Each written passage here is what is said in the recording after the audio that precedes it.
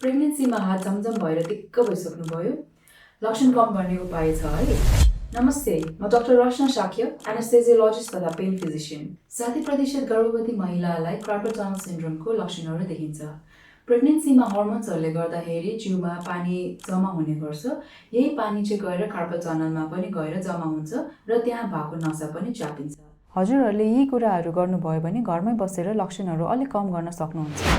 कुनै काम गर्दाखेरि अथवा हातको कुनै पोजिसनमा हजुरको लक्षणहरू बढ्छ भने त्यो कामहरू चाहिँ गर्न हजुरले अभोइड गर्नुपर्ने हुन्छ। भारी सामान नउठाउने र हातको यो मुभमेन्ट हुने कामहरू चाहिँ सकेसम्म अभोइड गर्नुहोला। कुर्सीमा बस्दाखेरि हात झुन्ड्याएर नबस्नुहोला।